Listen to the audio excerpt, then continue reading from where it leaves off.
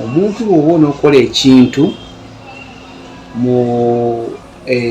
bwe tusoma teaching methods, ekintu ekiyinza okukuwaliriza okukola ekintu oteekeddwa okubeera nga okyagala. Mwe mulina okwegomba. Ekintu ky'otayagala tosobola ekimalirako budde bwo. Nabaana abaagala okuwasa era amala kwegomba mukyala oba mwana. Then n'asooka awaayo obudde bwe bwonna. N'agamba nja kutuuza meetings. Simanyi oba muto wange oba yatuukayo eyo. Anaatera. Kati n'agamba meetings gye ziri. Okufuna obudde bwa meeting aba alina okwagala n'okwegomba. Ekimuwaliza okubeera ng'akola ki? Ng'amuwasa. Ng'akola ekisoboka okubeera ng'akikola. Kati nze neegomba nnyo. Olwegomba nnyo ebiseera. Neegomba. Annaga nti muzeeyi wange abaasomanga ku leediyo. Abaasomanga ku leediyo awo. Kiraba. Kati n'ekyokubiri Bugembe. Baali batandiseewo pulogulaamu y'okukwasa Quran. Department naye ng'abali mu siniya wano tebakkirizibwa kugendawo. Ka department kali. Kali special ku bantu abali special. Kati nengezaako kugendangayo ngeri omuyindi asomesaayo. Naye nga takkiriza. We nasomea pale Bugembe wekwendawo ko hapana kuja hapa. Kati nga nsigala nina okuwankawanka nkoze ntya. Oli omuyindi kati akwasa baana Quran tugenzeyo atugobye. Ningamba omuyindi nga amanyi Oluswayiri. Nga amanyi Oluswayiri. Ningamba nja kukola ki? Nja kugezaako kati okutandika mu mbeera bw'etyo. Nga weegomba okubeerako mu department kali weegomba abasoma. Ekyokubiri ekyampaliriza okwegomba kye kisooka. Kati bweweegomba n'ofuna obumalirivu nga nja kukikola nga bunoogamba nti njagala gula poloti nve mu kupangisa. Poloti ya sente mmeka? Ti ya bukadde 5. Ti nja gigula yadde wala. Ng'oteekamu obumalirivu. Sente nzifunye ntya? Nsobola okusonda sente zino mu myaka 4 nti ye poloti ogiwangula. Kati nange ekirooto kyange kyali kyakuba nga nkwata Quran mu myaka gye naamala nga nkyasoma Bugenda ku second. Naye nga ntambula mpola. Bajjukira ngitandikidde mu senior eno mabega eno. Okumemorize nga ntandika mu senior 4. Senior 4 ntatandika okufuna ekirowoozo. Ekyokumemorizinga. Senior 4 ng'eddiini bagita thalisaidadi. Oluzungu kati awo nenkola ki? Ntandika okubeera mpola mu mbeera yange. Wenfunira akaseera, wenfunira akadde, bwentyo. Nga ekyokubiri ekyampaliriza okubeera nga nkwata Quran, nayagala nnyo okutuukawo ku nnyumba ya Allah, Kaaba. Ng'omanyi atakutte Quran. Nga mmanyi eri empaka za Quran ezibeera e Makka. Nga ki ekyo? Buli mwaka nga zibaayo. Ng'oyagala ate nga Uganda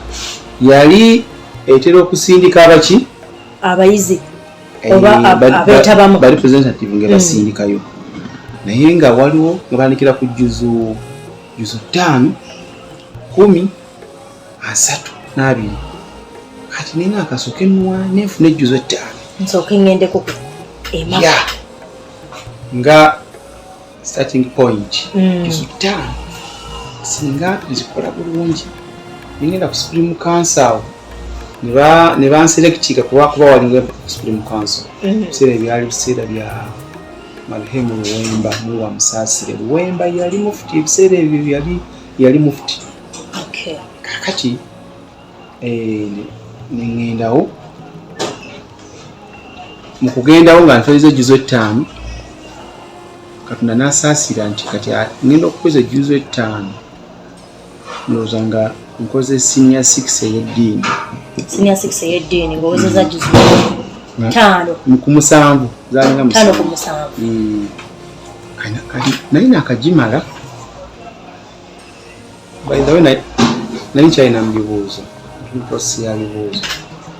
Supreme Council ne balangirira waliwo empaka za Quran abanaayitamu bagenda kukiikira Uganda twagala abaana 3 basatu mu Uganda yonna twagala ine ejjuzo 5 anatukiikirira n'ejjuzo 10 n'ejjuzo 2 twabalirawo nga tulina wajjuzo 3 nga tewaliiwo kati nenkolaki nenfuna ssente nenzijja e Kampala newandiisa sente ozijja mu bosomesa neosomirizo 5 kyokka eri tulina ebibuuzo byaki ebyakamalirizo olina okujja eno wewandiise atoddeyo kati ate naawo kiri mukasunga nawo si wangu ng'olina okuba n'abakumanyi olina okuba kyate ffe tuvudde Bugembe tuli ba mu Kampala tuli beeyo tuli beebusoga gye tuvudde naye ng'ekikuyimirira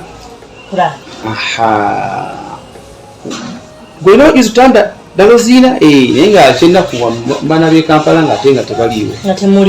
ng'era abaana beetabamu beyo Kasese bwe batyo kati bateekawo empaka ezasatu ez'okusunsula abasunsula twatwewanisa abaana abasukka 6 okusunsula okwasooka nembeera mubayitamu oyitawo kusooka kakati mwe muyisa mu 30 mujja kudda wiiki ejja olina onoonya ezinaakuza nokuna ezinaakuza era nenkomawo ne basunsula era nembeera mubayitamu tusigalako 10 kati bateekawo okusunsula okwokusatu nga bagala basatu okw'omulundi ogwokusatu kwali musekawo Marudumba kati nekirala era ekyagira sekawo Marudumba nali namuwulirako dda nga mwegomba yomu kubagenda osunsula oba kubali basunsula abaali batuwa ebibuuzo ebisunsula akati ate nga nali mwegomba akati mutusigalako 5 kati mwe abasigaddewo 5 mufuti yagenda okubawa ebibuuzo mujje olunaku bweruti mugenda kukola ebibuuzo mufuti yagenda okubibawa kati mufuti yagenda okulondamu abakolaki abagenda ajjeko abantu 3 naye nga mufuti yali nga talina budde bwamu iwe bagamba yokulani kati nga abikula wati masoma ekigambo eki ng'olina okwongerezaako dina tandikira awo kati woba otamatama iwe jjajjajja va mu ofisi tiwagema jjajjajja olwakugobye nga takulwako eddakiika emu ng'emumala okuba nga ngamaze okujajinga kati Mungu n'ansaasira mpitawo ntuyitemu abantu 3 nembeera nga nagenda ku jjuzo 5 nkiikirire nabeerawo yagenda ku jjuzo 10 nowabiri teyaliiwo gyetwasobola mumufuna nze 5 ne 10 waliwo n'oweemu ndowooza n'oweemu bagenda 3 ojuzeemu nzemu naye bagiteekawo ku nkomerero awo kati awo tugendera ate maze sinya 6 alhamdulillah awo ng'ebibuuzo bitudde kati tugenda okumala process yali ya myezi 2 awo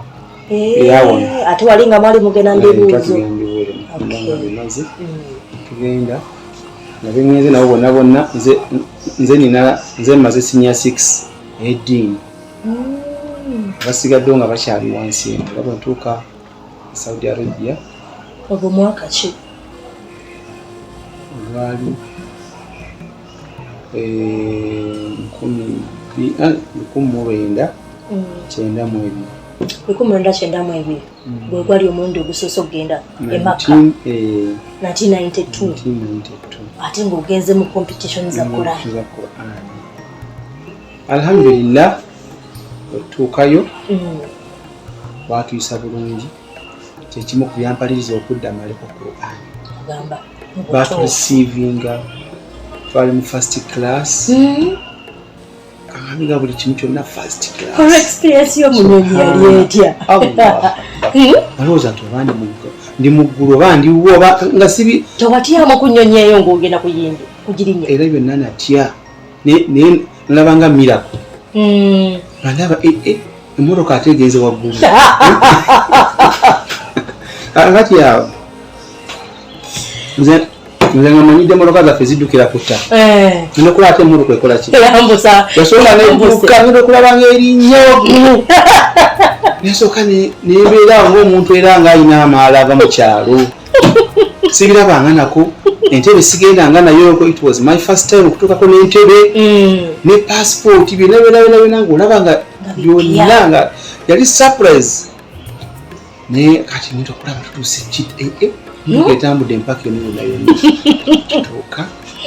batwaniriza bulungi nnyo ne batuteeka mu convoy nga tukulembeddwa lidika bannange nze bye nafuna mu lugendo lwange olwo simanyi banga ndiddayo bifuna. Ekisooka experience yali mpya mu kye nafuna ekisingayo obunene mu byonna kye sinafuna okusaba mu wengi olwo baatuyingizako mu kaaba ne batugulira omulyango gwa kaaba ne tuyingira munda. Omulyango gwa kaaba abagendako e Makka oyinza okugulaba just nga weetoloola guba closed forever. Bagugulawo nga bagenda kukyusa lugoye lwa kaaba ate abantu bonna babagobamu. Abakyusa olugoye lwa kaaba babeera ba presidents oba ba ambassadors mu Saudi Arabia bokka. Naye ffe koolwo bagulirawo abagenyi ba Qur'ani bayingire mu ki wallahi ne tuyingira ne bakuyingiza ng'oleka olinga ali mu kirooto. Siddangayo sijjukira oba neyesu noba neekuba sijjukira naye siddangayo kufuna mukisa ogwo yadde ogulira ku balala nti bagufuna ne bayingirayo. So nafuna ekyokuyiga kyamulamu wange olugendo olwo lwampaliriza omukono wengi nogamba kanyongereko byonna nembireka ninga kafoto nfunye ne methods endala egye natuuka ababanye geeyongedde nensooka ntuula okumala emyezi 9 nga ndi mu kifo eki okumala emyezi 9 olwo oliwo era nga ndi mujinja eyo oweyo omukyala abo abantu babeerangamu. Kati bwe mmala okumala senior 6 namala nenvaawo kati obusente buno bwenfunyefunyewo nenfuna bwenapangisa wefuniddeyo akazigaawo nga saagala kufuna kintu kintawanya kirala kujjako obudde bwennina bwakusomesa abaana bano naye nga mbeera muli nkeera nga sivaamu era twalimu na babiri bafuuka babiri Qur'ani bokka okumala emyezi 9 bwenagimalaako alhamdulillah kyenazaako kwali kuwasa emyaka gyange gyali mito ojja kwebuuza kyembadde ngenda okugamba nti wali tokyali mutaawo olw'ensonga nti okuva edda nedda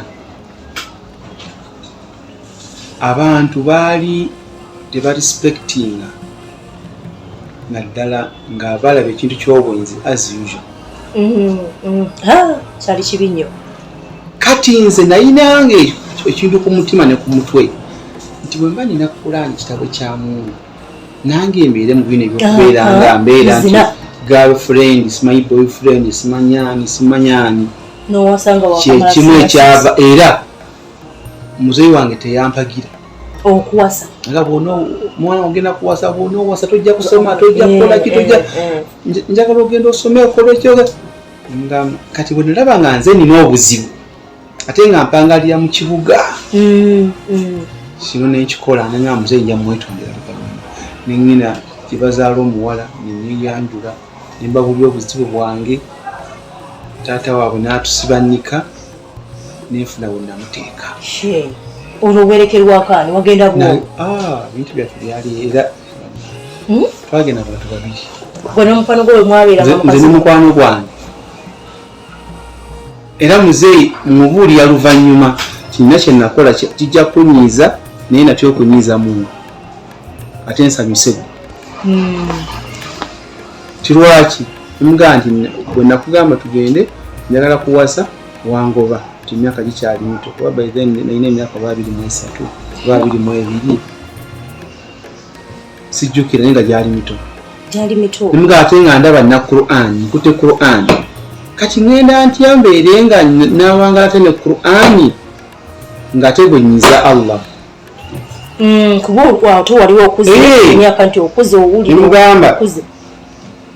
kati nekitako anabbirako maama wange bamama batera okumanya agamba genda mu maaso kinabuzi akati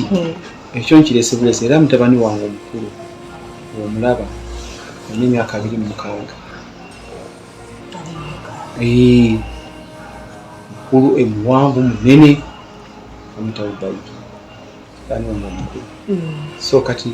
n'abaddako awo ate nakirabamu advantage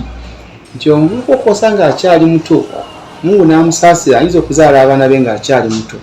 agenda okutuuka eyo nga balowooza be bamuddako nga balowooza baganda be advantage y'amaanyi oba ofunye bweyogera nabo bwokkanya nabo bwe muteesa nabo nga ebirowoozo byebyo kusinga omusajja nti amaze kumala makerere simanyi avudde madiina kati banaye katukola bajeti ya mukolo gwange naye ng'ali myaka 4 kati anaazaala ddi omwana oluusi ne bana abakyala be bawasa bamanya okweteekamu family planning tukyokuteekamu family planting bateekamu family planning kati awo naye n'azaala nga wayiseyo emyaka 5 mu bufumbo nti nkyasitadinga boyi ono oyinza omuzaalira n'asala ate nga eno contract tusobola ogisazaamu oba okugirinwalinga so kakati ffe ebyedda tebyalingako ebyo bwe yatuukiranga ng'alina kuzaalirawo omugole mulese muto watazaala ng'ofuna omulala singa ddayo ng'ofuna omulala bano batuwa byanga kati olwosaa omusajja alina emyaka 5 naye nga omwana we first born we ng'ali mu P1 ogamba omulabe gwe bayita omugunjufu n'agenda okufa ng'alina ebyobugagga naye ng'obwana buto bwe buti omusajja afudde alina abaana 5 naye ng'alina ebyobugagga bingi nga balisewo ba anko ne balyoka babba abaana ne batunda ebintu byabwe newano boolekawo abantu nga bategeere bavubuka teri ababbanyi so kyalina advantage y'amaanyi kakati kireka nkuzeemu katono emabega mukuwasa omukyalo ono olwotwala biki kubanga mukuwasa omukyala mu mbeera eyo baali bamumanyi ng'omuwalimu asomesa kati bamanyi omuwalimu talina kyalina era bansaba n'amahale nabo nga sigalina emitwalo 10 gyali 10 gwali mitwalo nga nyingi mitwalo negunema hati byali biwanvu infact napangisa na butakisi awo nga bwakajja nepangisa bagenda ku paaka awo ntubukingayo tumunaa mugenda muyitako wali tuliwo abantu 3 tuteekamu mumbeera bweti nemutula emabega omutwe gw'emabega abagole alhamdulillah nemutuuka mu paaka nemuvaamu nemweyiiya eyo saagala kugendayo kiri nti okufuna obumalirivu n'okukwata Qur'an twali kwegomba. Ekyokubiri waliwo ebintu bye nalaba ate ebyanyongeramu amaanyi mu lugendo lwange olw'okugenda e Makka mpaka za Qur'an ez'ensi yonna. Weewaawo saasoma bulungi ku level gye nalimu e Uganda ti Qur'an nze mbadde ngyesomesa naye nafuna experience okuva mu bali abakugu era nentwala obudde bwange bwe namalayo nafuna ebintu bibiri oba bisatu. Ekisooka nafuna experience butya bw'oyinza okukwata Qur'an. Ekyokubiri navaayo ne kopi ya Qur'an gye nteekeddwa okukwatiramu. Ekyokusatu bwe navaayo ne nfuna amaanyi agamalako Qur'an. Ekyokuna nasobola okukola ebibuuzo ebintwala mu Madina Islamic University kuba nali mmaze senior 6. Ekyokutaano nasobola okubeera nga nyingirako mu Kaaba. Bintu bitaano. Era eyo gye nalabira nti abantu balya ne balya kye bayita buffet self service. So si bino bakuteerawo omune gwa muwogo bateeko ne ebinyalo bisatu n'amazzi goyita supu wabula nemuyingira era nze miru yange yasookera ddala ku olwo nali tesoona bazaalinga 3 nga zonna zijjudde nga simanyi kyazikolera kuba nali kyali oba yali excitement yozangita excitement ku saidi yange nga maye mmere egenda kuggwayo nase nesowaani ezo saka ennyama y'eŋŋamya saka ennyama y'embuzi nembijjuzaawo ona nembuukingawo ne fruits nazirabireeyo fruits watermelon kukibiina nabirabireeyo yali namba ya fruits nabyako byenabyako era nga okyali muvubuka ebbiri zo tezaluwona esowaani ebbiri tezaluwona eri omu eyannema akati eyo nagenda okuvaayo nga zenna nkyuseeko zaali just 2 weeks alhamdulillah bingifunirayo teyali entandikwa yange nenkomawo Uganda neŋŋamba kakibeki nokwata Qur'an era onamula ogikwata wenti pak kakibeki ngenda kuwasa naye nga wepasiza sirina wepasiza ndi mu kaluumu sikange nesente zintawanya sisobola renti ndi muwalimu ayeyiya mu mbeera bwere neŋŋamba njagala kukuuma ddiini yange saagala kubeera nga Qur'an ndiswala nebaza Allah subhanahu wa ta'ala nkuumye okuva ku kiseera ekyo mpaka kati nankumira ne Qur'an era ensonga lwaki saagala nnyo abatuwuliza era abatulaba mubuuze nti lwaki omuwalimu ono alina omukyala asukka ku omu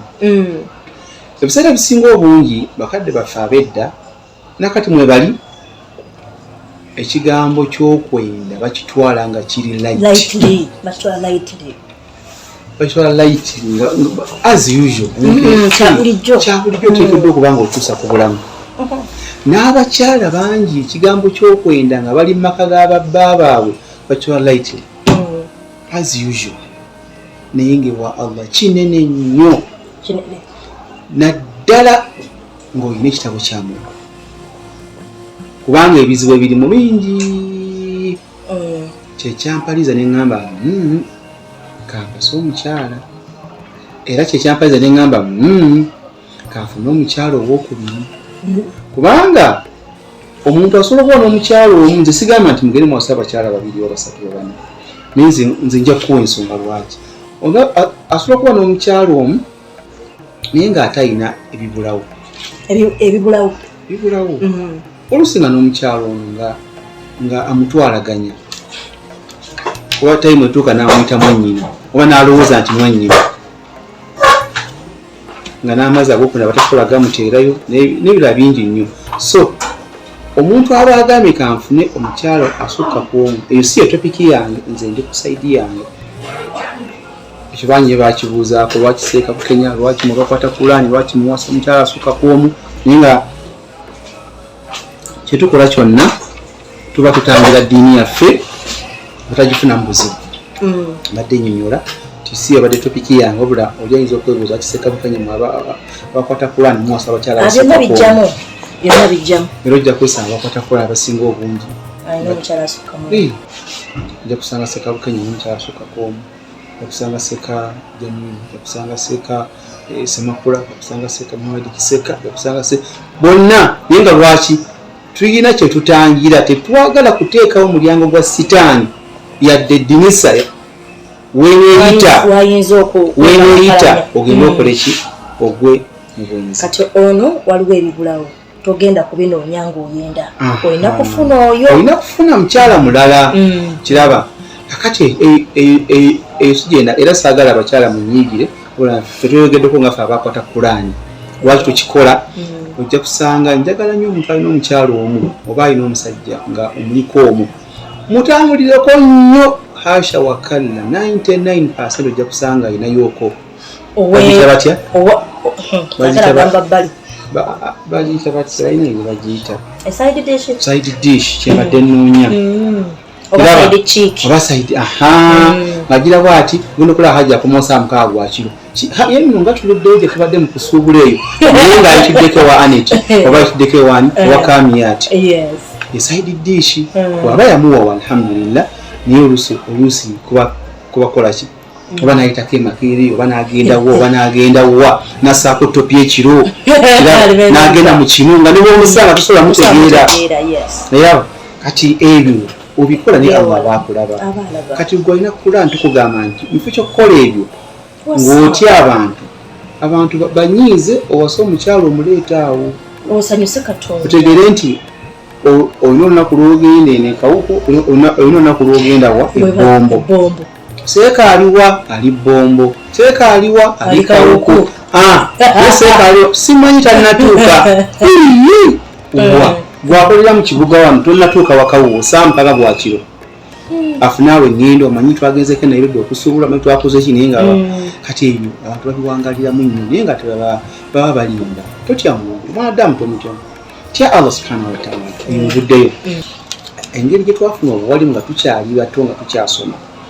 nze nalekeraawo okwambala ebikalu nga nkoma ku uniform simanyi suuti sambalanko suuti era nze sina suuti oliwa kanzu nga bwondaba wamubeki kanzu bwe nagulanga esuuti e Madina nga nsoma e Madina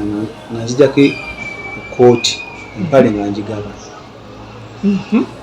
kaakati ng'embeera gye twawangaliramu okuva nga tukyasoma nga baba twafuna obuwalimu nga tukyali bato kati nga tutambulira mu mbeera ye omutwalo nti oguvaako nkufiira ebyo ebiduula ebyo nze kizibu okunsangamu nze nayagala nnyo omupiira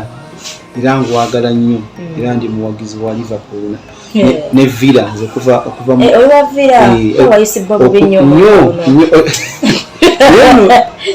njoyininga ddi Villa ne Liverpool 1986 wenyingira Liverpool ne Villa jogo yali y'amaanyi emyaka gyaffe Villa jogo emyaka 5 nga ffe twala Uganda Cup biki naye alhamdulillah bikyuka era tetuvaayo naye oba kukuba kati Liverpool bagikuba nesemba netufukaluza tusigalayo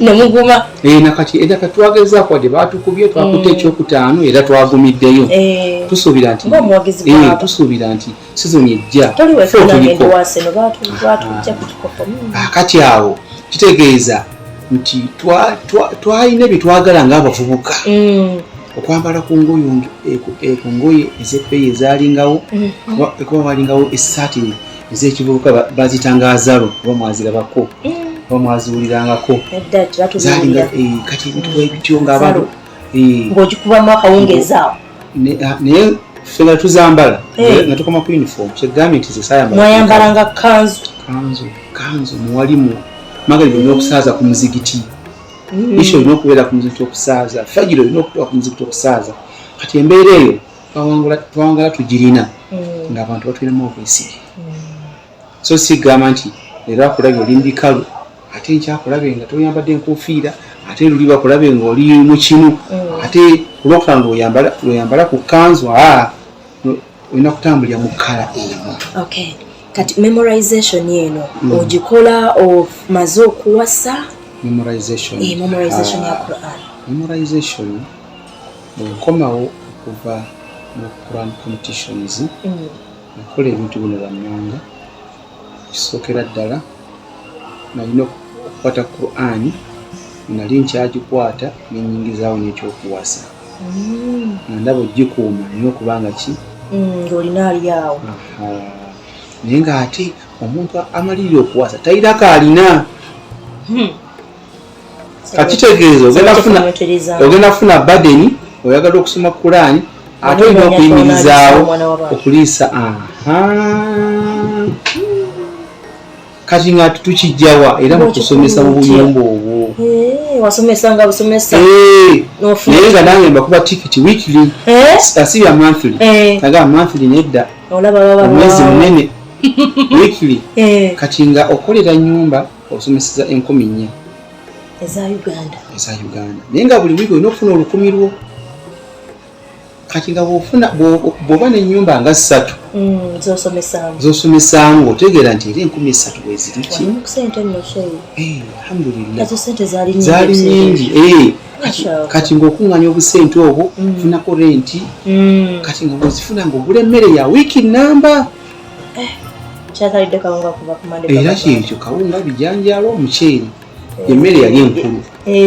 kawunga bijanjaalo omuceere ebisigaddewo tonyumya twagala nnyama eyo linda yidi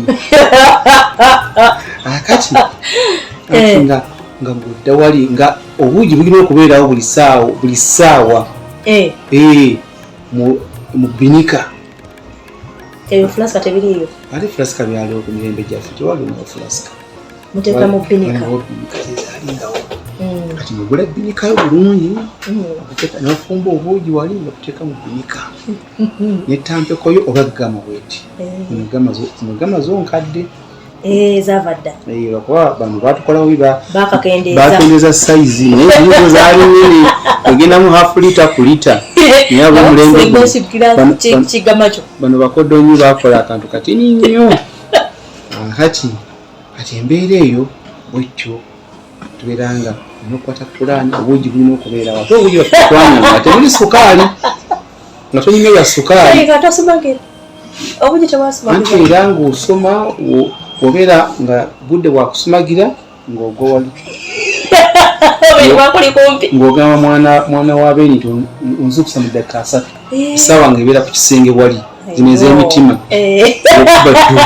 egguume kati ng'owummulamu ate okuwummulamu tolinako bakakubuli olinako baka wansi ku mukeeka ng'obuliri bwe buli naye nga tolinako baka wansi obuliri babugenda mu kiro emisana olinako baka ku mukeeka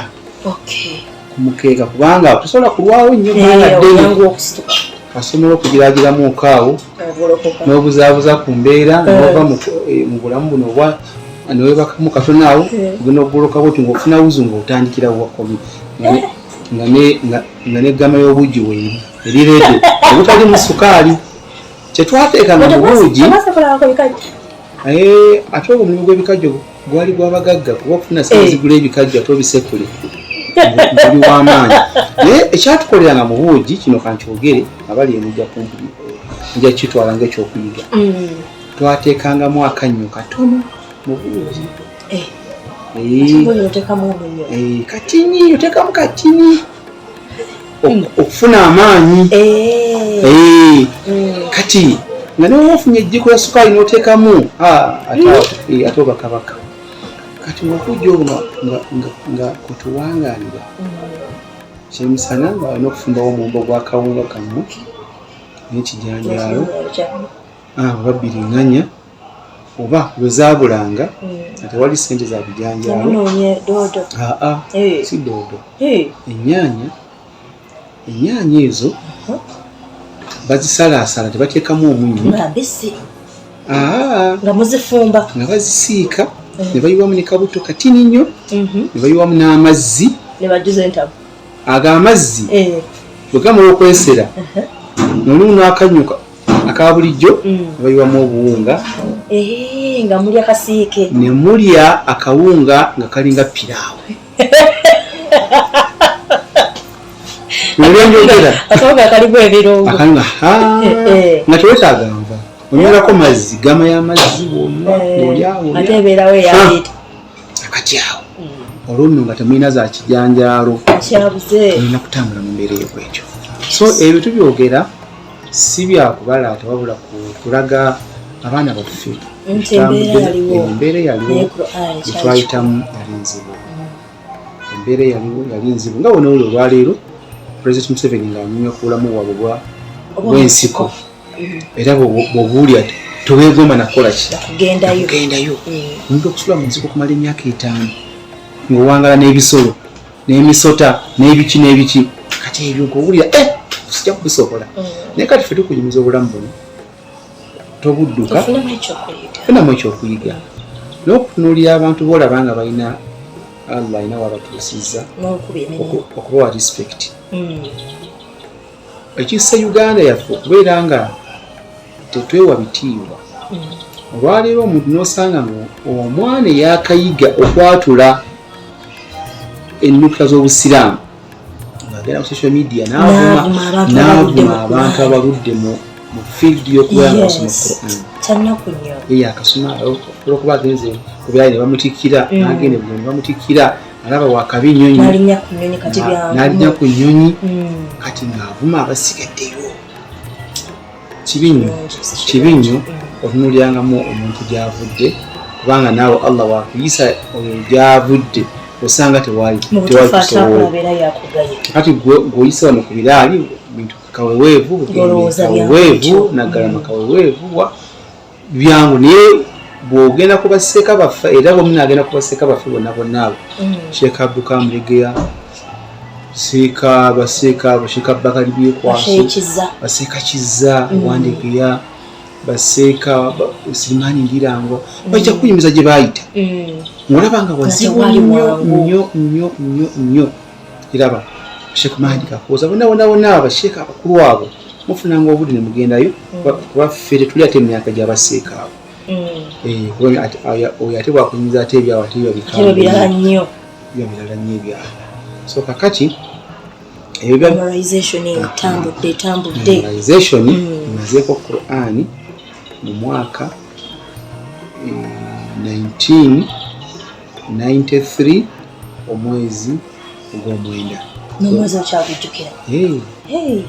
Omwezi 1993 omwezi ogw'omwenda omalako Quran. Nensanyuka wamu ne mukyala wange nga ye yayita bimanyi yamugaa nti waayo Quran gy'obadde olaba nsoma buli lunaku nagimazeeko naye ye teyakitwala nnyo nga kintu kinene kuba yayita bimanyi nnyo. Alhamdulillah embeera gye twatambulamu ngimalako ntandika okubeera nga kunoonya obulamu olw'okubeera nga nsomesa kyensomye. Otandikira kufuna ekirowoozo. Essomero lye ntandikiramu okusomesa Quran nagenda Mombasa. Olwanya nkonekitingayo. Kenya ntuukayo ntya. Sikaala zijja ez'okugenda okusomera e Syria nga neewandiisa byali mu Jjinja omwo. Jjukira embassy ya Syria eri Dar es Salaam era byava Dar es Salaam ne bijja mu Jjinja omwo ne batuwandiisa. Kaakati ne ŋŋamba omukyala bwategedde nze byange si byangu okutwala waffe nga mutwala waffe busaana wamaama abeere wano nga nawaka bwe nali mbuze bonna mu TV buki mbutunze bonna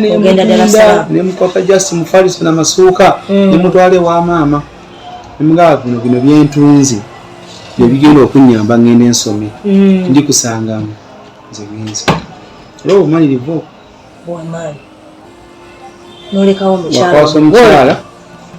tayana kuweza mwaka muganze ate nga omukyala gwempasiza wa myaka 16 by then tebyaliwo bino ebyammwe bino ebya defilement tebyaliwo kati abeera defilement 16 tebyaliwo nemutwala ng'akaaba kakazi nemuganze nze ngenze negenda gasimanyiyo kati oba nadda ddi mutwala waka neng'amaama nze ngenze kati mwana wange otambudde otya nemugamba ngenda kulinnya baasi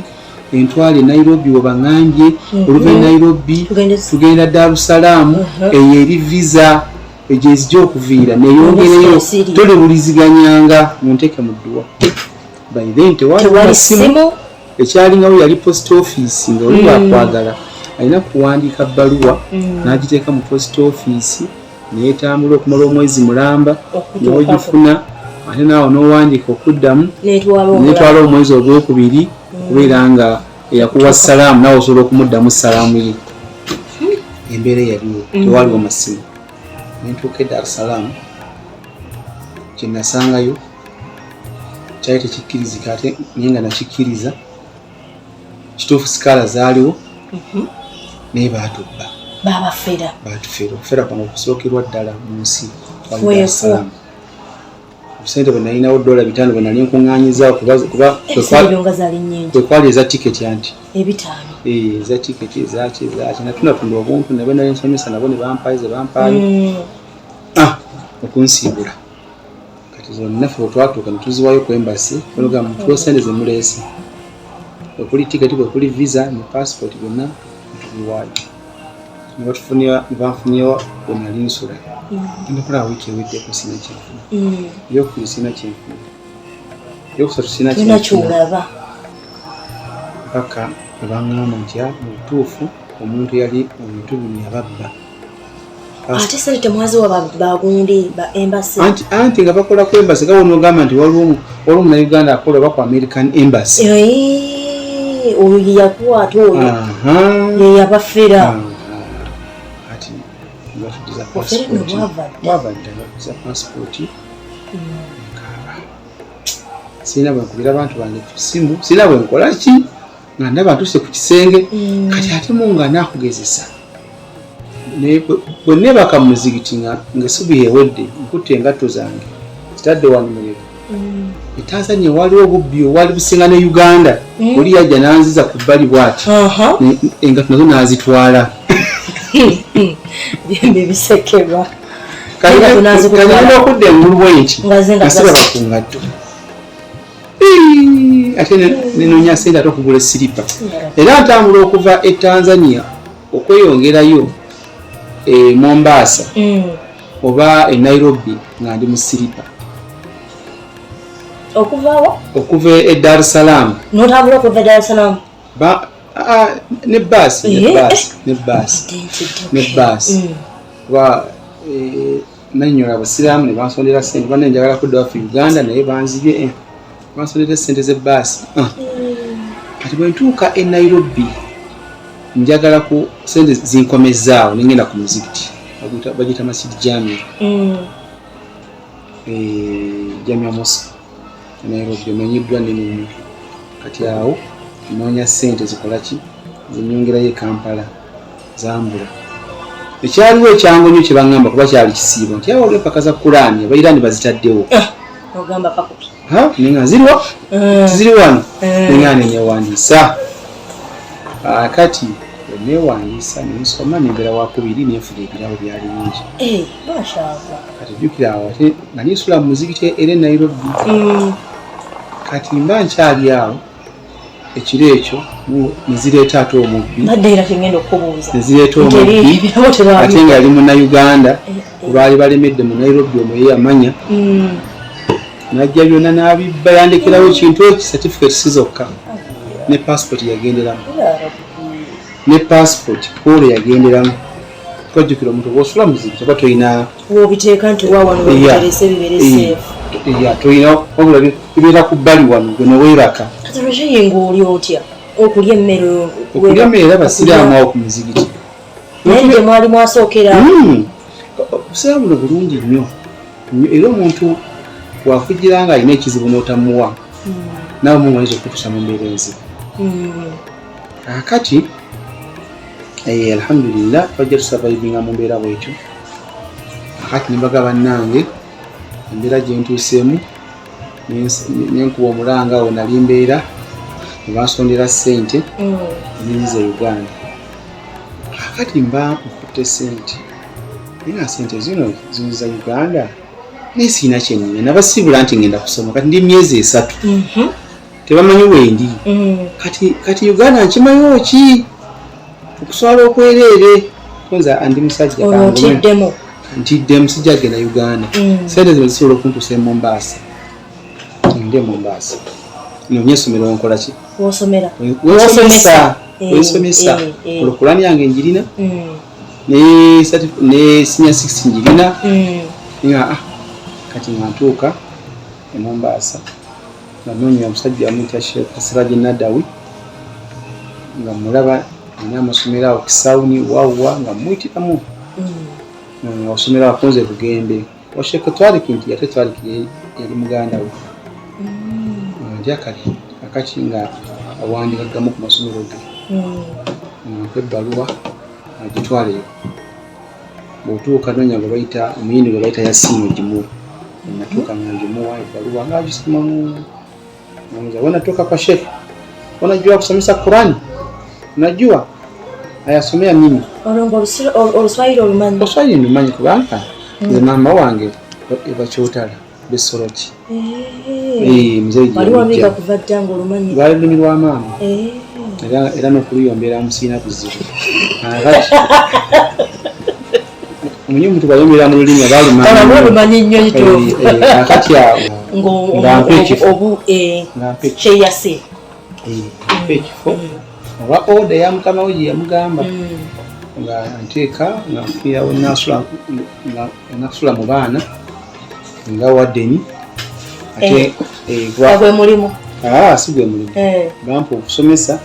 oba waddeni ne waddoosi mirimu esatu naye nga nakusula mu baana doosi waddeni musomesa ate imaamu ya ne masidi yaliwaawo kosino lyali mu kyalo bayita Kikamba kukuba erigenda eraamu kuva mu Mombasa okutuukawo ziringa kilomita nga 2 akati awo nembeera eyo naye nga tuli ku lubalama lwa nnyanja Red Sea ate empewo misota biki nga tulina ekibira kituliraanya awo kati ate gye nafuna okukozesebwa okulaba omusota ne gunnumirayo nga munene gunsanga bweru awo bagyali mingi egya buli kala nga mingi rediseba n'emisota mingi nnyo nga givaayo ne gijja akati bampa eddagala ly'ekiganda ery'ekenya lite ery'ekiganda bakubandi twamanyi ery'ekenya kale oba ery'ekiganda n'ery'ekenya nga bwekise nti habo balirunga basooka kumpa first aid nga baga nti omusota gukubozzi gunnumye naye siwulira bagamba wazimba ngenda okulanga batasa okuzimba ekigere ne bansiba mangu muno ekisambi awo wekyava ne bansiba wano mangu ki ne batandika okusalasala mpaka wansi olwo obusagwa we bagira kati basiga ku parafini era olabirira nti eddagala ly'omusota parafini emuvaamu omusaayi omuddugavu nga watwali butwa mungi nga mungi akati ngeri okulanzigwamu amaanyi waga nti akati olwo obwambusewa ku mutima naye obusa babone bagulaba nga munene kuba gwalema n'okuvaawo tegwavaawo akati ne bateeka eddagala mu nnyama kyebyo namala wiikisi 2 nga ndimu kusesema naye nga mbagaye nti bwenfanga temutawano bagamba nti munzizeeyo Uganda ali bagamba mutuukangaawo nemuwandika ebbaluwa taata wange bamuyita gundi maama ye gundi kayunga PO box kati ebiseera twatukozesa fena address emu PO box ntwala ogumu mukanaana kayunga kati ngaebbaluwa zonna ezeebugirire zigenda kayunga kati nga bajja ku post office yegwani nze Haruna Matovu ebbaluwa yino naye nga sigira mugundi mukabox aka kamu mpaka muwandikanga nemubagamba nimuze muteekaawo naye nekakasa nti sidda okulaba nobulamu kino ekigero oba kuno okugulu kwe kuno kuno okulala kuno okulala kuno kuno okulala kuno nafuna obulwadde bwa polio nga nkyali muto kiri kyava buto akati nenkola ki alhamdulillah nekavalinga oluvannyuma lw'ekisokusi 2 kati bwenamala okuwonawo nti nentereeramu nakozayo emyezi egiwera 3 nensaba mukama wange mugamba mbadde nsaba ompe sente zange banagana okukwata sente zange panga ziweddeyo kuba namugamba zitereke bwendiba ngenda ozimpa ti mulundi gumu akati bwe bampa sente za myezi 3 zaali nyingiko zaali ziwera siringi akakaaga ak'ekenya nanikolera 12,000 emyezi 3 akati nembanga nokutambula nako ate era nensanga omufere ate nga era muna Uganda nga naye yali abeera ebitundu byeyo bya Lamu yefuula musiraamu mupya yefuula ki Shaika nkuzzemu katono emabega. Weba kugamba nti obutwa butuuse ku mutima. Olwo bakujjanjaba kira bayongera ku mafuta bakugamba. Si mafuta. Balina ebintu bye bafumbanga naye nga babifumbira mu nnyama. Balina eddagala libateekanga. Eddagala libateekanga mu nnyama. N'obutasupu n'amagumba naye bafumba amagumba okusinga. N'obutamu supu. Obutwa bukufulume. Naye ng'olina n'okubinywa ng'oyinza okutuuya n'osesema n'otuuya nga tebakkiriza kukuba mpiso baga nti wakuba empiso awokoma. Kakati ebirivu gye baali balina ebiseera ebyo Allah n'asaasira nekola. Balina mwana birifu nti egyemusota tegyalinga gyokka. Simanyi naye nga emisota gyalinga gya kkala ey'enjawulo yeewuunyisa buli kkala ng'ogisanga wali kiraba. Kati alhamdulillah enkoonabona okubona nensaba akasente kange nga nzira yokka. Kiraba ate Mungu waleeta omufeero Munnayuganda omulala. Bakuba omulundi gulinga gwakuna. Gwakubi. Kubanga ogwokusooka bakuba $5. Ne banziba ne bakubba engatto ogwakubiri. Ne bakubba bye wawangula gwakusatu guno gwakuna. Naye ng'era tetuyiga. Kati oli yajja mu ngeri kale Mungu watoya kituyo yakiwandiika nenzijja bayirewo naye maze okusala tiketi entuusa Uganda neŋŋamba bakibakiwadde banzibye kangende ewaffe ewaffe kati waka atuukawo ngawesa emyezi nga 6 mukyavaawo tebamanyi kinkwatako tebampuliza tebakola ki nabagwako kale kakati nemba nga nafuna experience etandikira ddala okusomesa Quran e Mombasa. Nenzija Uganda nembera kawaka mwezi gumu 2-3 nga mponye nenziramu ogoba passport endala kuba nafuna leta ya poliisi okuva e Kenya okuva e Nairobi nti banzirako passport. Nenzija e Kampala nengoba passport nengisasula gyali emitwalo 3 bayiveni n'emitwalo bagyali 5 ebyobulaga jjava okubbako passport okujuuza penalty zaaliwo okuva dda. Bwali bulaga jjavu bubagamba nakati weekiri balaba nti omusango ddala mu butuufu bakubba nakati weekiri oba obuliddwako passport bakugamba bulaga jjavu penalty kiraba yakubulako nti kati embeera eyo nemala okufuna passport nekomawo alhamdulillah nga netegekera nti at time nyinza okugenda wa ebweru okusoma nga ntimako okugenda okusoma ngulina omutima tegunda kuggwa nga nagamba omukyala ne bwe kiba kibi nga weeriri nze kasitafu nekyokugenda okusoma eddiini ebweru ebirala tombuulira newala kati obuloko bagamba nze kati tugenda okuba ekyeyo ngenda bugenzi kati naffe wetubutwala embeera ye yaliwo alhamdulillah netubeera nga twakola ki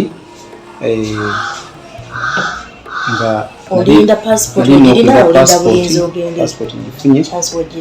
gifuna mba nkyali waka ebugirire busaana nempulira nti waliwo ekitongole bakiyitanga Muntada kyali kyabawarabu kyali Kampala wano kyali best one ku Sakro Kagwa kyalimu Sheikh Omugenzi Lwazi Allah amusaasire ne baseeka abalala baali bakikola mu Sheikh Sakimpi naye yaliyoko bebaali bakikulira Seeka kiri alabika oyo nedda yali munazwamu akati nga baagala abasomesa abanaasomesa eddiini mu Uganda nakyo ekitongole niba ogenda nga baga nti pasiporo eyo tugiwa muntu alina Kulaani kuba twagala kubasindika mu centers ez'enjawulo mu Uganda kati Kulaani nali ngirina nenkola interview kati nga bana basindika Arua owa Mbale owa kati ne bansindika Mbale mu center owa Mufti mu center essomero lya mufuti bali bataddewo ssente okwasa pulaani naye nga bano basponsa baayo ekitongole ekyo bansindikawo eyo ekitongole ekyo kikyaliwo kyavaawo dda era kyali kigaba ssente nga nsava sijja gamba nti nga nsajja kuba teri ssente nkyalo ssente nga nsava kati ssente ezo baali bagaba $150 by then omwezi $150 zasente nyingi engamba muwange ziseza nsasuddemu mu alhamdulillah gye bakubire Kenya ngenda embaali osomesa wonozo omwaka gwalina gumuba obutawera sikaala yange nejja okuva e Madiina olwo nga sikaala gwe applying biri bye nakola nga ngenze mu Quran competitions mu 1993 yes kati sikaala ejja mu 1995 nga basenzeddeko biri bye wakoleera babitereka abanefe babitereka mu 95 nibakolaki sikaala nejja era yayita Bugembe twakozesa kagundi ka box kake Bugembe pure box Bugembe gye najjuza ku gundi nga tewali email tewaliwo WhatsApp tewaliwo fax atuli mu pure box omulembe gwe twawangaliramu era ffenna ab'ebiseera ebyo sikaala zaffe zayita mu pure box ffenna nga tetulina simu tewali telefone kati aliawo nasomesa mu ssomero lya mufuti mufuti azze yajja ngamba mwali Muhammad aliwa nti uno ngamba Sheikh Hatimu e Bugembe angambye gendayo sikaala yo yazze nawulira essanyu oliragawo balinange tofubye okanga nina omukyala era nga tuli awo nsomesa naye ali awo nga kati amawulire agaliwo mwagendanga na mu kitongole anti kati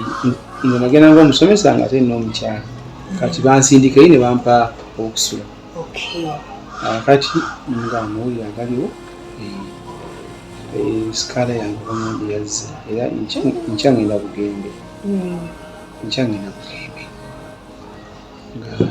ninya bbaasi akabugembe tukaseeka wange Hatimu alhamdulillah Muhammad Bukenya sikaala yazze yino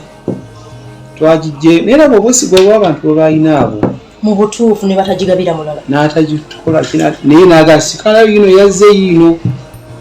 n'agikuwanga bweri naye nga sikaala eyo mwemuli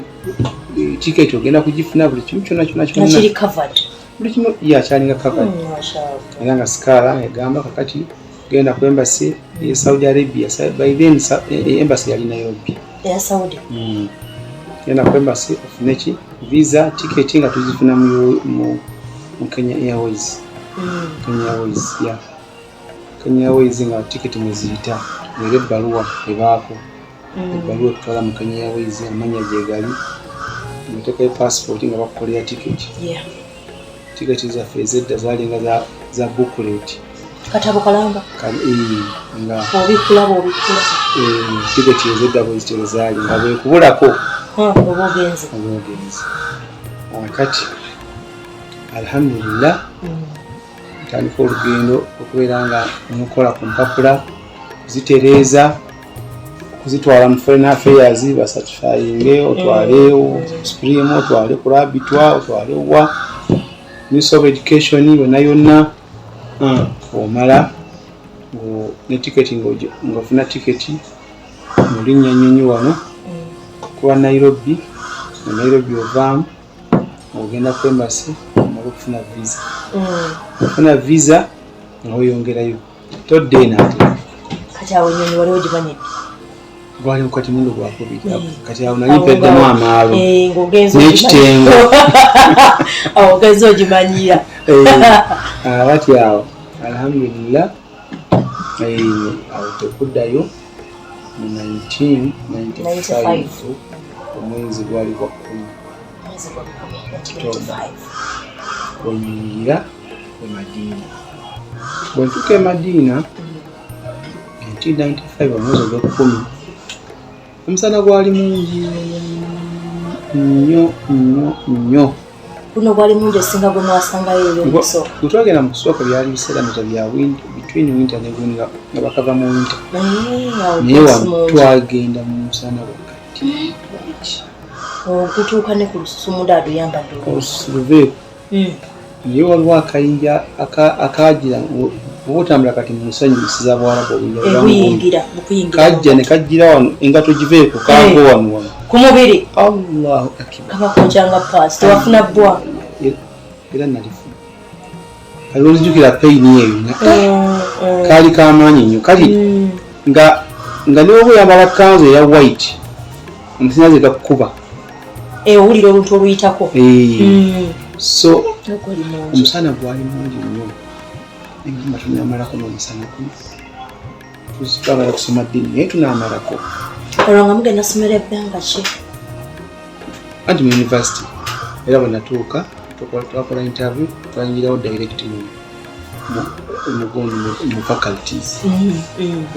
Kati bambuuza ayagala faculty ki nibaganja basoma faculty ya Quran. Oyagala okukusa kyewayagala njagala kutegeera Quran kubanga ye faculty yekubbulula nobeera nga oli mukenkufu mu Quran. Byonna ebikwata Quran obisanga mu faculty. Ngamba faculty tugiwa omuntu eyakwata oba tewakwata Quran tetusobola gikuwa byasole wakwata kunze nakwata nebampa tiimu egenda okukozesa interview eyabaseeka abakugu abakwata nebasooka ne bamuuza ebibuuzo mu Quran yonna. Quran ina ejuzo 3 era bambuuza ebibuuzo 3 kati baga kati ffe tumaze ogwaffe ne bankwasa tiimu endala general knowledge bikwata ku fiqh biki sira okufa kwa nabi biki ngambe general knowledge. Awo nawo kati then kati waitawo after 3 days baba batimba nti boyise interview obona agudde. Ngenda okulaba ennyo yange nga liri kubayise mu faculty ya Quran. Mashallah. Era alhamdulillah kino saali kyogedde naye nga university ye Madina bwekyeggulwawo abadde nze nali eyasookera ddala okunyira mu faculty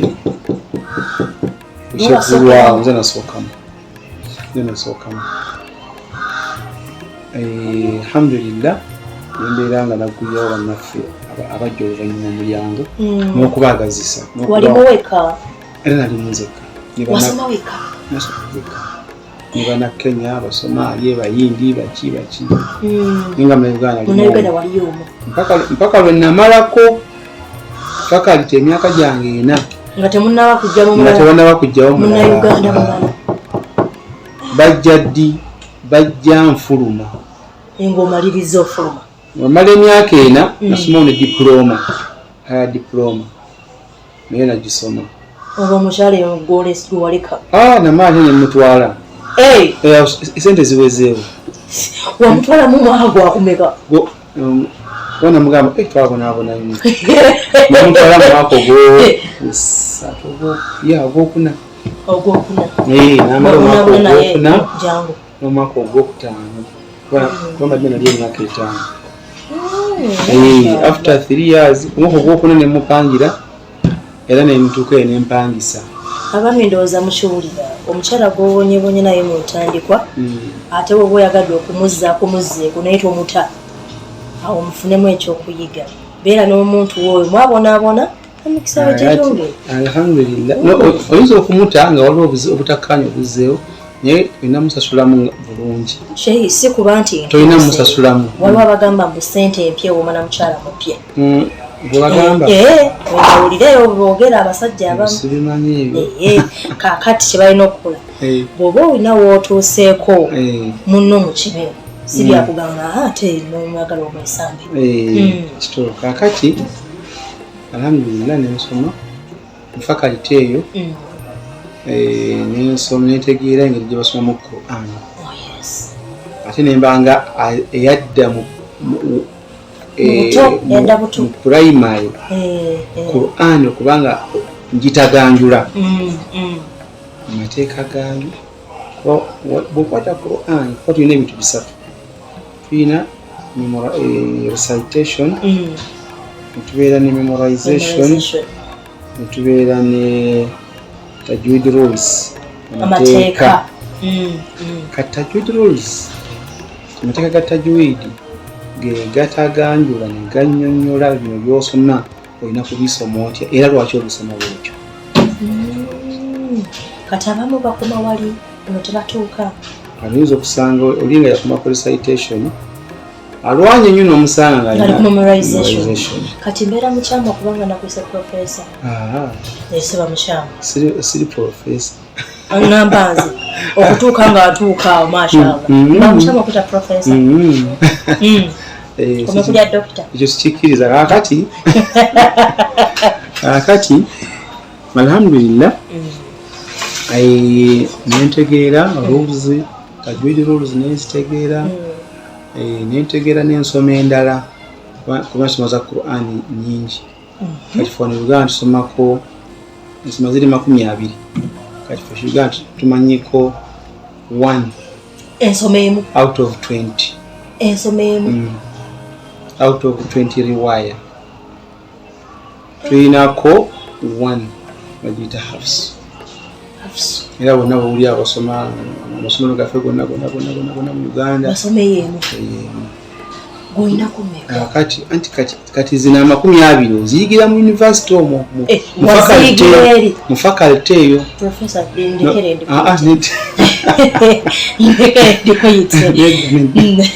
akati kati maze okusoma tajwid rules ozisoma nosoma ne kibayita kiraat z'ensoma ez'enjawulo zino ensoma z'eggambe eziri 20 n'osoma n'okubeera nga Quran olina gisomesa otya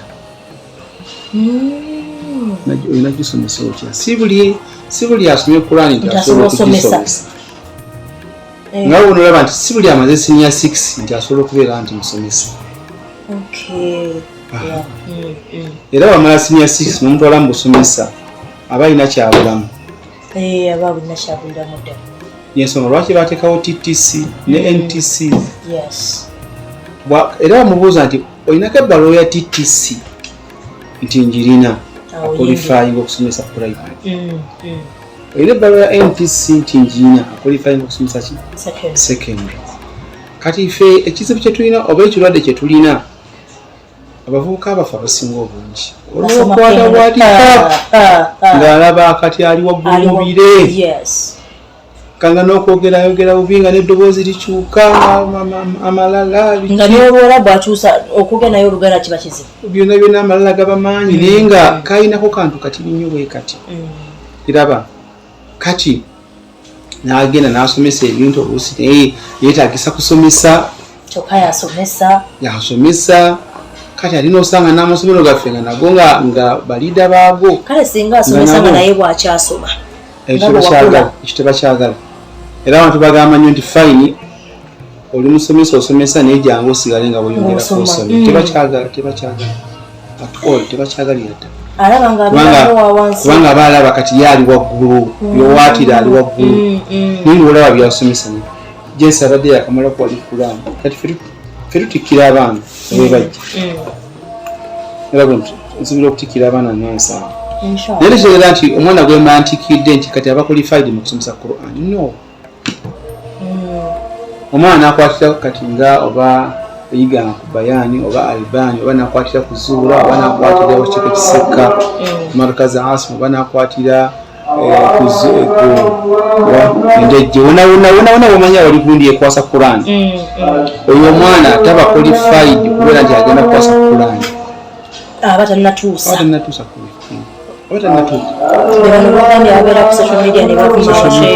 kati ate abo nabo gye bali ate abavuma ate abo babasomye program ya daawa amaze senior 6 ey'eddiini theology kati naye naagala nange ndiseeka namwe ne mumukyaza ku Paul ne mumuwa amayinja bamukyaza ku bale bamuwa amayinja babasunsula ekito mamukyalina gyali era omulimu gwakola mulungi naye ebyo leedoza ezimu ngazo tezisunsula baseeka nga batusomesa obunyonyi ebitaliiye ebifu aliko waliwo atambula ebiseera bino kati awo tuba tugenze mubayimbi abayimbi be baliko nozolwa gye tulaga nabbi yagamba yatatabi'anna sanana man kana qablakum mujja kugoberera enkola y'abantu ababasooka kigere ku kigere webava we badda kye baliko kyebe namwe kye mubeeramu kati olwaleero otuga nti tuliko ono yaliko ono yakuba ono yavuga ono yalina ba viewers ono yalina ki tuba tugenze mubayimbi nemutoka n'okuyita baseeka nti serebu how comes seeka lwaki omuyita serebu kati owomukompeerinze nebali bannabulungi Misi Uganda sinasimanyaani Misi Kampala yaliko kati seeka ono yaliko guno omwaka gujja tajja kubaako ebyabaseeka tetuliiko nti oba yaliko guno oba avuddeko osigala oli musomesa wa ddiini oba bakiwulidde nsaba bakikwate n'obwegendereza social media eno kubeera nga bajyegendereza abavubuka wabampulira kuba abamu basinga emyaka n'experience nze mu bintu byensinga okwewalira social media erina ebizibu bingi bw'oba ogigendako olina kubeera nga weegendereza nnyo tolina kubeera ng'okyamuka kuba social media kuba kati kaseminalo gikutunulamu ne screen ezikutunulamu oli ava ne mu buntu avuma n'akola kyaba so ebintu bino bisigalawo nga bigenda kukuwaako obujulizi ng'omaze n'okufa lwaleero waliwo ntera okuwulira nga imamu kyalina oba abaddaawa oba kalungi nga bassaako erimu ya Seekamuzaata naye yafa dda omusaasi erimu ya Seeka Sentamu oluusi imamu kyalina agissaako bampuba amasasi 2012 nali nkola masters ku bungi naye endinambaale Seeka wagawulidde mpaka yankubira esimu yava na London baŋŋambye Seeka Sentamu akubye amasasi kimanyize ndi mbaale enda okuwulira ku makyanga era kyekiriwo naye irimu ye yafa 2012 naye nakati bagissaako olaba bw'aba yasomesa okutwa nga bw'afuna omusango mu ntaana gy'alimu kati abavubuka tubagamba nti social media mukigendeko nga muli beegendereza nga kyosomesa kituufu tokyamuka nambeera eriwo somesa ekituufu ekiriwo kubanga ejja kusigala ng'ekuwaako obujulizi oba okukulumiriza oba mu bye basoma temubeeramu kusoma nga bw'ogambye nti basomayo kamu ne balowooza bamaze amateeka agafuga Qur'an tebagasoma kugamalayo kyekibakoze ebyo oli singa asoma Qur'an kati ku saidi y'abakur'an kaze kuba Qur'an wakati alhamdulillah kati bawezi because we have above about 1000 abakutte Qur'an kati mu Uganda yonna kubanga alhamdulillah bwemanga kati mbala nti nfulumiza abasukka 5 kati ate bw'ogattako abalala kutegeeza nti we have above 1000 kati kitegeeza nti batuuka okukabana bakutte Qur'an tujja kubeera ba mugaso nnyo nga tutegedde nti tulina bye tubulamu ekyokubiri okwerespectinga ng'omuvubuka omuto respecting omuntu omukulira kusooka mu field ekyokusatu okwagaliza kiraba ekyokuna n'obutalumba tolumba muntu yenna wabula tambula mu mbeera n'okwagala ennyo okwongera ku ky'olina nti kyenina kino tekimmala kanyongereko kubanga amakubo gakyaliwo ag'okwongerako gwe kyolinawo ekitono olina Seeka ali mu Uganda ayinza okwongerako. So ndowooza nti ekyo kijja tuyamba okusaidia abakwata Kulaani kubanga gwe mama gwe tuliko nabali abatakwata Kulaani nga baseeka nabo okwerespectinga okwewa ebitiibwa obutalumba muntu. Okulumbagana kuno kuleesa ebizibu bingi. usanga seeko ngaalumba omuseeka onaddamu ono kireesa ebizibu era kimaze n'okubala ku mirimu gyaffe. Mu Uganda muno mulimu akusomera Kulaani n'ekuwoomera oba ebweru w'eggwanga gy'olinayo omuntu n'akusomera Kulaani n'ogamba oyo mashallah?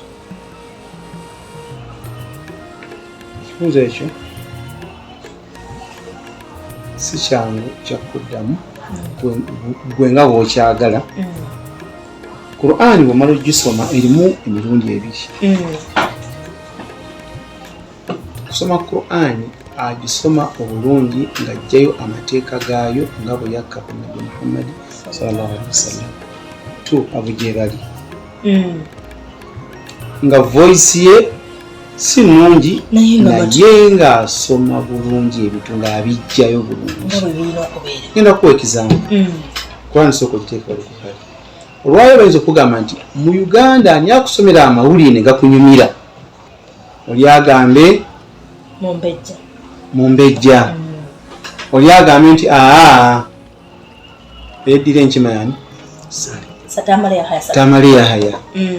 yali seeka Walukaga seeka waffe yangamba nti yamusomera bulungi nnyo kuba ajjayo ebintu biri ebyedda kiraba. Kakati n'omulembe guno n'omugamba nti ani nega nti gundi yakola ki nga nagamba nti kati ani ayinza okuwa program y'ebweru mugiyita inside story oba outside story? Kale inside story ani akunyumira? Oyina agamba nze Kalule waali tonyumiza mulala. Oyina agamba nze Bashiri Kazibu tokola ki? Oyina agamba nti oba Nuhu. Kati buli omu alina ki? Kati Kulaani endesa example za Kulaani bw'oba omubuuza nti ani mu Uganda akusomera Kulaani olaba nti asomye. Nze Kulaani sigitunulira mu mbeera ya ddoboozi. Kulaani nja kugikwamu emirundi 3 kale. Omulundi ogusooka ate mbadde ngambye ebiri naye kanyongereko okusatu. Omulundi ogusooka Kulaani esomebwa nga pronunciation yaayo nga evuddeyo bulungi nga bweri. Yasomye enjatula n'aggyayo ennukuta nga bwe ziri. Ekyo tusinga okwagala. Waliwo asomanga eddoboozi lye ddungi nnyo. Kati nga tulina omuvubuka mutabani waffe yabadde yakava e Dubai Kabiito. Lumu yamwagadde eddoboozi lye. Awo nabo gye bali. Ekisembayo omuntu asoma Kulaani nga ekuyingira mu ki? Mutima. Era eyinza n'okukaabya ng'agisoma agiwa meaning yaayo. So singa mu ddoboozi Kulaani ereeta meaning teyita ate mu ddoboozi. Ekuteekamu okutya ng'ekuyingira mu ntobo y'omutima gwo engeri gy'aba agisomye okusinziira ku makulu ng'atambula n'amakulu gaayo. Kati ku bintu ebisatu ebyo sijja kugamba nti naye nga kyoba otwala nti Uganda we are still learning the whole Quran. Tukyayiga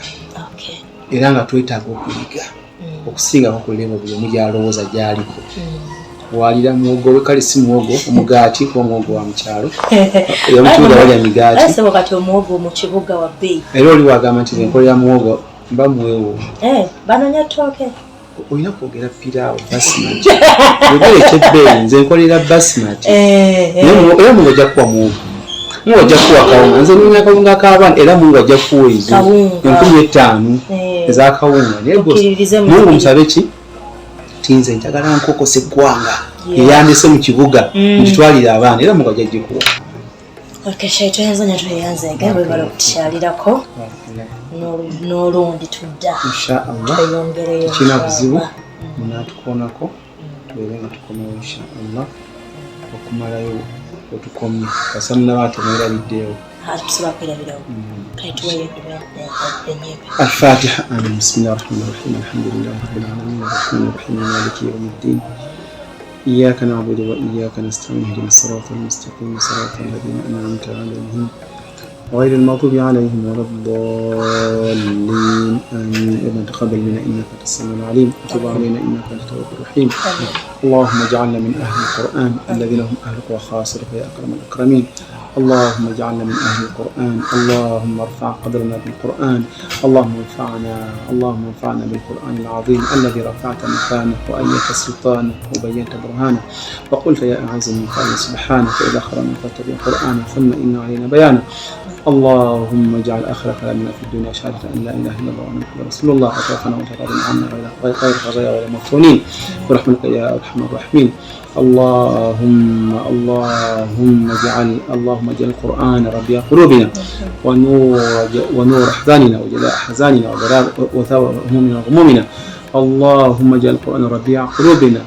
ونور صدورنا يا رب العالمين برحمتك يا أرحم الراحمين يا نعم المولى ويا نعم النصير وصلى الله وبارك وسلم.